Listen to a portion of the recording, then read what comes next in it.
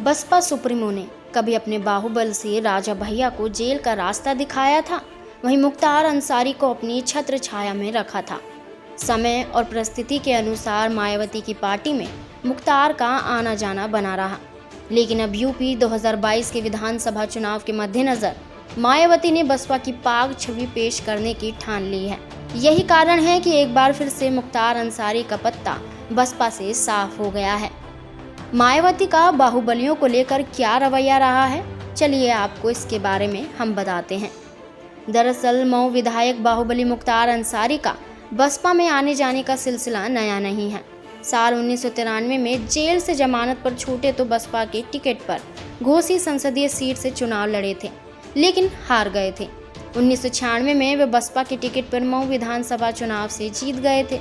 वहीं साल 2002 में वे निर्दलीय चुनाव लड़े। वहीं साल 2009 में पार्टी ने मुख्तार को बसपा ने वाराणसी से लोकसभा का टिकट दिया था। साल 2007 में मुख्यमंत्री बनी मायावती ने मुख्तार अंसारी को गरीबों का मसीहा तक कह दिया था और उस पर थोपे गए मुकदमों को षड्यंत्र का हिस्सा बताते हुए फर्जी करार दिया था। लेकिन अचानक से साल 2010 में मायावती ने मुख्तार को पार्टी से बाहर का रास्ता दिखा दिया। 26 जनवरी 2017 को मायावती ने फिर से करवट ली और अंसारी बंधुओं की पार्टी कोएद का बसपा में विलय कर लिया। तब मायावती ने मुख्तार की आपराधिक पृष्ठभूमि का बचाव करते हुए कहा था कि उनके परिवार के कई सदस्य देश की सेवा करते आ रहे हैं, सीमा पर बलिदान भी दिया है।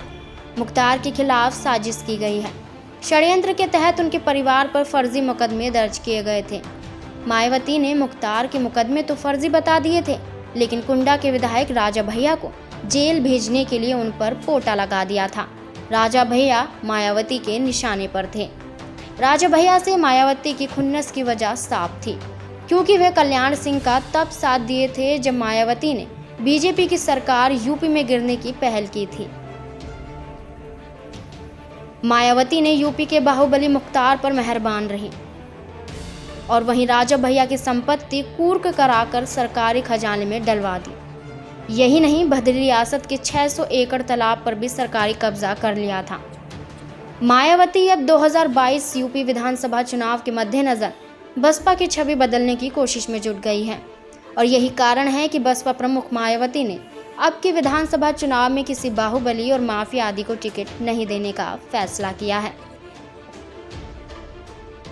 आपको बता दें, मायावती ने मऊ से पार्टी विधायक बाहुबली मुख्तार अंसारी का टिकट काटने के साथ ही वहां से बसपा के प्रदेश अध्यक्ष भीम राजभर को चुनाव लड़ने की घोषणा भी कर दी है।